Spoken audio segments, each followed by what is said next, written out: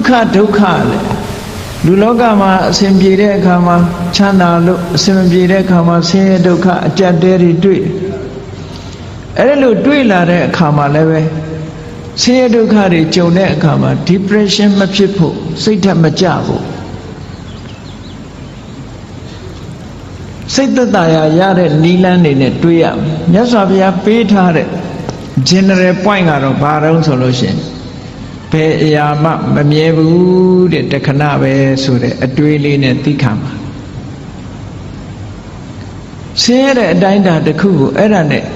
khu kan kawel tha thi atwet jaung ko sait that ma depression phit der soda mashi bu. Sait that de nainja twa da myo mashi bu de. Khu kan nain ne. Chana dukha ne dui la lo shin le luတွေကဘဝင်မြင့်ပြီးအောက်ခြေလွတ်တတ်တယ်အဲ့ဒါလို့မဖြစ်ရအောင်လည်းပဲခုနကချမ်းသာတယ်ဆိုတာလဲထာဝရမဟုတ်ဘူးတခဏမျှတာဖြစ်တယ်လို့မှန်ကန်တဲ့အတွေးလေးတွေနဲ့တွေးပြီးတဲ့အခါမှာကိုယ့်ရဲ့စိတ်ဓာတ်ရင်းရိုင်မှုမရှိအောင်ကြန့်ခိုင်အောင်ကြိုးစားရမယ်ဒါကိုပြောတာကောင်းဆိုးလောကရန်ကြံ့ကြံ့ခံဘဝကိုလှလှပပဒီဆောက်ချင်ဟောဒီလောကရန်ခန္ဓာရေးရှိဖို့ကြိုးစားရမယ်ဒါနံပါတ်1နော်လောကရန်ခန္ဓာအောင်ကြိုးစားဘယ်ပုဂ္ဂိုလ်ပဲဖြစ်ဖြစ်လောကရန်ဆိုတာရှိတာကြည့်ပဲဆင်းရဲတဲ့ပုဂ္ဂိုလ်မှလည်းရှိတယ်ချမ်းသာတဲ့ပုဂ္ဂိုလ်မှလည်းရှိတယ်ဘယ်နိုင်ငံသားပဲဖြစ်ဖြစ်ဘာလူမျိုးပဲဖြစ်ဖြစ်ဘာဘာသာကိုယ်ွယ်ဒါတွေကတညီတယ်ပဲဘာဖြစ်လို့လောကဓမ္မလောကရဲ့သဘာဝလို့ပြောတာနော်ကဲရတဲ့ချီးမွမ်းတယ်ဆိုတာချီးမွမ်းတဲ့လူကချီးမွမ်းတယ်ကဲရတဲ့လူကကဲရတယ်အားလုံးသိကြလိမ့်မယ်လေတခါတော့ကအမေရိကန်သမ္မတအရင်သမ္မတအီရတ်သွားတဲ့အခါကျတော့သတင်းစာဆရာတယောက်ကဖဏနဲ့ထုတယ်မဟုတ်လားဘာပဲဖြစ်ဖြစ်တခုခုအစော်ကားဆိုတာနိုင်ငံကောင်းဆောင်သမ္မတဖြစ်နေစော်ကားခံရတာမျိုးရှိတာစိတ်ဓာတ်ရေးရမတုံလို့ဖို့ကသိအရေးကြီးတယ်ပေါ့ကိုယ်လည်းကိုယ်အတိုင်းတာနဲ့သူလည်းသူ့အတိုင်းတာလောကမှာနေတဲ့ပုဂ္ဂိုလ်တိုင်းဟာကြည့်စိတ်ဓာတ်ကြန့်ခိုင်ဖို့ကြိုးစားရအဲ့ဒီစိတ်ဓာတ်ကြန့်ခိုင်တယ်ဆိုတာသူကသူကြန့်ခိုင်လာမှာမဟုတ်ဘူးကိုယ်တိုင်ကြိုးစားဖို့လိုအပ်တယ်ဘာဖြစ်လို့လဲဆိုရင်ခန္ဓာကိုယ်ကြီးကြန့်ခိုင်အောင်ဘာတွေလုပ်ကြလူတွေလမ်းလျှောက်ကြတယ်ကျမကြီးလေ့ကျင့်ကြတယ်ဟုတ်တယ်မဟုတ်ကျမကြီးလေ့ကျင့်ကြတယ် physical exercise တွေလုပ်ကြတယ်အားကစားသမားတွေဆိုမငေါနိုင်မပန်းနိုင်အားကစားလေ့ကျင့်မှုတွေပြုသို့သောလောကလူသားတွေမေ့နေတာလုပ်ဖို့မေ့နေတာဘာလို့ဆိုရင် mental exercise ပဲစိတ်ကိုကြန့်ခိုင်အောင်ကြိုးစားမှုကြတော့အားပြော့နေကြအဲ့ဒါလို့အားပြော့နေကြသည့်အတွက်ကြောင့်တလောကလုံးတစ်ကမ္ဘာလုံးမှာရှိကြတဲ့လူသားတွေဟာလောကရန်နဲ့ကြုံလိုက်လို့ရှိရင်ရိမ့်ရိုင်ထွက်သွားတယ်စိတ်ဓာတ်ချမ်းခိုင်မှုအတွက်ကလည်းပဲ physical exercise လုပ်တယ်လို့ mental exercise လုပ်ဖို့လိုအပ်တယ်ပေါ့အဲ့ဒါတရားကျင့်တယ်ဆိုတာအဲ့ဒါပြောတာနော်တရားကျင့်တယ်ဆိုတာအဲ့ဒါပြော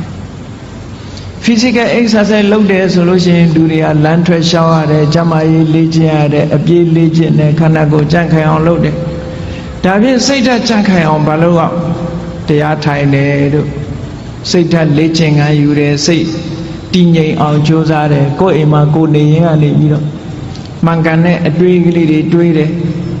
ဆိုပါစို့လောဘစိတ်တွေများနေတယ်တွေ့တာစိတ်တွေများနေတယ်တဦးနဲ့တဦးခင်မင်ပြီးတော့သိတွေ့တာမှုတွေများနေလို့ရှင်တွေးလေလူဆိုတာတနေ့ကျတော့ခွဲရအောင်ပါပဲဟော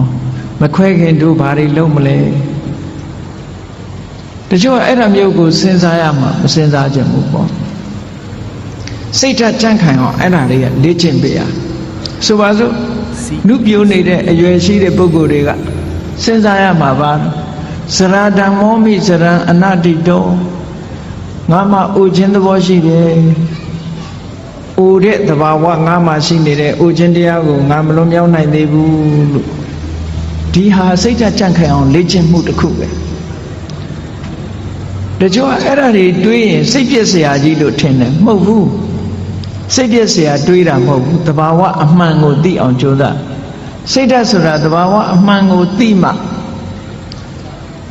တည်ထက်တယ် ရင့်ကျက်လာဗျာတိဓမ္မောမိဗျာရေနတိတောအေးငါခန္ဓာကိုယ်ကြီးဟာနာရတဲ့သဘောရှိတယ်နာခြင်းတရားကိုငါမလွန်မြောက်နိုင်သေးဘူးတွေးပါဆင်ញင်စဉ်းစားပေးပါလေ့ကျင့်ပေးပါစိတ်ကိုဒါနဲ့လေ့ကျင့်ပေးအာယုန်နဲ့စိတ်ကိုလေ့ကျင့်ကောင်းတဲ့အာယုန်နဲ့စိတ်ကိုလေ့ကျင့်တာခေါ်တယ်မရဏဓမ္မောမိမရဏနာတိတောလူတိုင်းဟာသိခြင်းသဘောရှိတယ်ငါလည်းပဲသိခြင်းသဘောရှိတယ်သိခြင်းတရားကိုငါမလွန်မြောက်နိုင်ဘူးလေ့ကျင့်ပေးပါလေ့ကျင့်ပေးသည့်အတွက်ကြောင့်ဟောတန်ရောစဉ်တွေရောပါလာအတွေ့အတာတွေရောပါလာလူတွေကထင်တယ်အတွေ့အတာရောပါသွားလို့ရှိရင်တဦးနဲ့တူကွဲသွားလိမ့်မယ်လို့ထင်တယ်မဟုတ်ဘူးတန်ရောစဉ်နဲ့တွေ့တာဟာမေတ္တာနဲ့တွေ့တာနဲ့မတူတဦးနဲ့တူမေတ္တာနဲ့ကုညီဆောင်းလျှောက်တာကမှပိုးခိုင်တာတန်ရောစဉ်ကမခိုင်ဘူးတန်ရောစဉ်ဆိုတာကိုယ်အလိုချလေးဖြစ်နေတုန်းနဲ့တန်ရောစဉ်ကိုယ်စိတ်တိုင်းမကြတော့ဘူးဆိုတာနဲ့တပြိုင်နက်တန်ရောစဉ်မရှိတော့တဏှာရဲ့သဘောကကိုယ်ကောင်းစားဖို့ပဲရှိတယ်ဆိုပါစို့သားသမီးတွေကိုမိဘတွေကချစ်တယ်နဲ့ပြောကြတယ်သားသမီးချစ်တာလားကိုချစ်တာလားသေချာဆန်းစစ်ကြည့်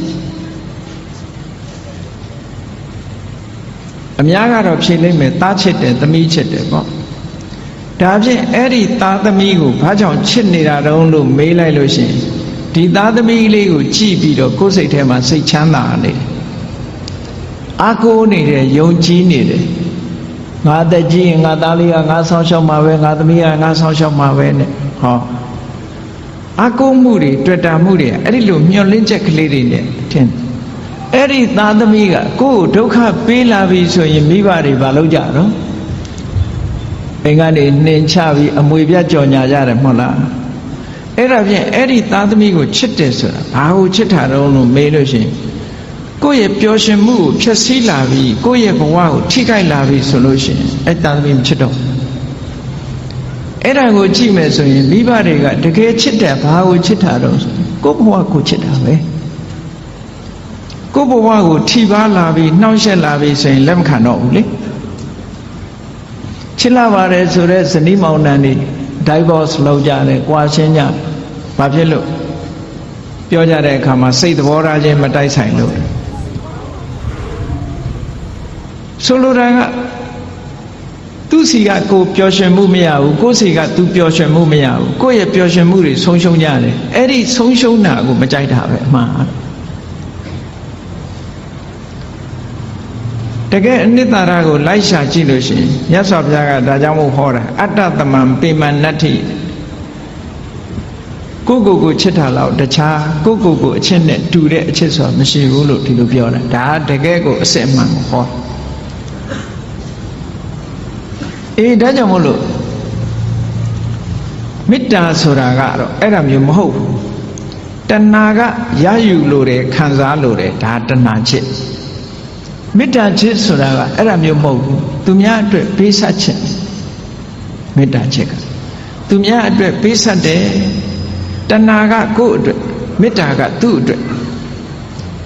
လှုပ်တာကပို့ပြီးတော့ခိုင်မြဲတယ်တဲ့ဘာဖြစ်လို့လို့ဆိုစဉ်းစားရတယ်သူ့အတွက်စဉ်းစားတာကိုယ့်အတွက်မစဉ်းစားဘူးဟိုတစ်ဖက်ကလည်းမေတ္တာနဲ့ဆိုရင်သူ့အတွက်စဉ်းစားတယ်ကိုယ့်အတွက်မစဉ်းစားဘူးအဲ့ဒီတော့သူ့အတွက်ဆင်ပြေးနေလို့ရှိရင်ဟော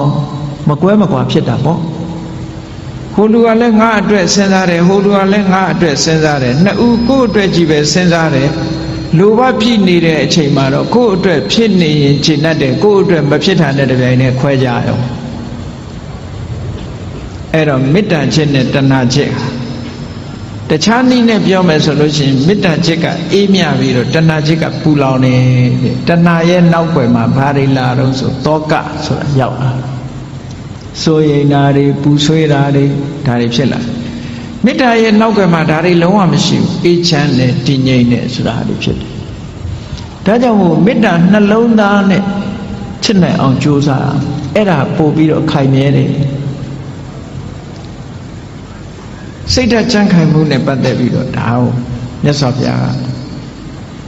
ကလောကရန်နဲ့ကျုံလာပြီဆိုလို့ရှိရင်ကြံ့ကြံ့ခံနိုင်အောင်လေ့ကျင့်ရ စိတ်ဓာတ်ကိုလေ့ကျင့်ပေးရမယ်လေ့ကျင့်တယ်ဆိုတဲ့နေရာမှာဘာနဲ့လေ့ကျင့်သမထကျင့်စဉ်တစ်ခုကိုကျင့်တာလဲဒါလေ့ကျင့်တာပဲဝိပဿနာကျင့်စဉ်တစ်ခုကိုကျင့်တာလဲလေ့ကျင့်တာပဲအဓိကကတော့ wise attention လို့ဆိုတဲ့မှန်မှန်ကန်ကန်စဉ်းစားတတ်မှုပါယောနိသောမနတိကာရလို့ခေါ်တယ်မှန်မှန်ကန်ကန်စဉ်းစားတယ်ဆိုတာဘာတော့ဆိုရင်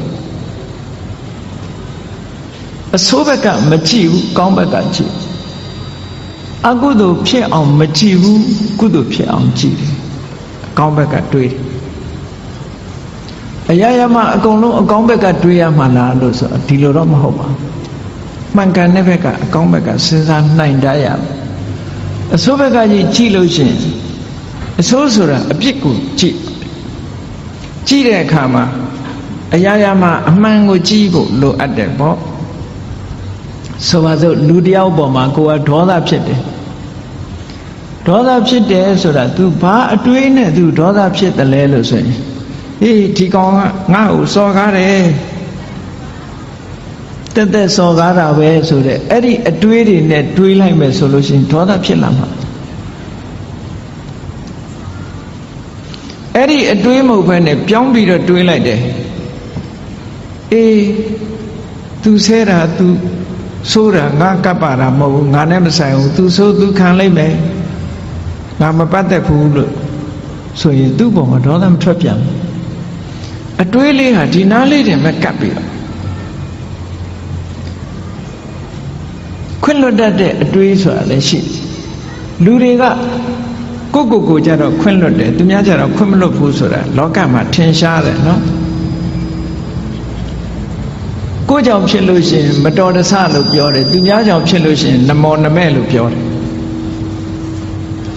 တကယ်ကိုအဲ့ဒါလို့ဖြစ်တယ်နော်သူများကြောင့်တစုံတစ်ခုဖြစ်သွားရင်ဟာဒီလူကနမောနမဲ့နေလို့ဖြစ်တယ်ကိုကြောင့်ဖြစ်ရင်တော့မတော်တဆသူများကြောင့်လည်းမတော်တဆလို့တွေးလိုက်ရင်ဒေါသမဖြစ်တော့ဘူးအဲ့ဒါမတော်တဆဖြစ်ရှာတာပဲနော်ဒါစိတ်ဓာတ်ရဲ့အကြံခံမှုတွေပဲကိုယ်ကိုလေ့ကျင့်ပေးရမှာအောင်ပြောတာသူများပေါ်မှာအပြစ်နေမြင်နေသေးသမျှကာလပတ်လို့မေတ္တာဆိုတာသက်ဝင်နိုင်ဖို့မဖြစ်ဘူးတဲ့ဘယ်ရာပဲဖြစ်ဖြစ်အစဉ်ပြေအောင်စဉ်းစားတတ်ဖို့လိုတယ်ပေါ့အကောင်းဘက်ကကြည်တာတွေဟာစိတ်ဆင်းရဲမှုကိုကာကွယ်ပေးနိုင်တာတော့သိကြတယ်ပုံမြင်လေးတစ်ခုရှိတယ်မြေထားမောင်းတဲ့မြေထားမောင်းသမားတစ်ယောက် engine driver မြေထား driver တစ်ယောက်ဘယ်တော့ဖြစ်သူကအကောင်းဘက်ကကြီးပဲပြောတယ်အဆိုးဘက်ကဘယ်တော့မှမကြည့်ဘူးကောင်းဘက်ကကြီးပဲပြောလို့ရှိတယ်ဒီနေ့ကျတော့ဘာဖြစ်တုံဆိုမတော်တဆသူ accident ဖြစ်တယ်ဆေးရုံတင်လိုက်ရဆေးရုံတင်လိုက်ရတော့ခြေထောက်တစ်ဖက်ဟာမြေထားကျိတ်ပြီးတော့အမတန်အခြေအနေဆိုတော့ခြေထောက်တစ်ဖက်ဖြတ်ရမယ်ကိန်းရောက်သွားအဲ့ဒီမှာသူ့မိတ်ဆွေတွေကသတင်းသွားမေးတယ်မေးရင်သူ့ကိုပြောတာမင်းဘယ်တော့မှဆိုအကောင်းဘက်ကကြီးပဲပြောတယ်အကောင်းကြီးပဲမြင်တယ်မင်းဒီတစ်ခါမင်းကိုမင်းဖြစ်တဲ့အခါအကောင်းမြင်နိုင်အောင်မလားပေါ့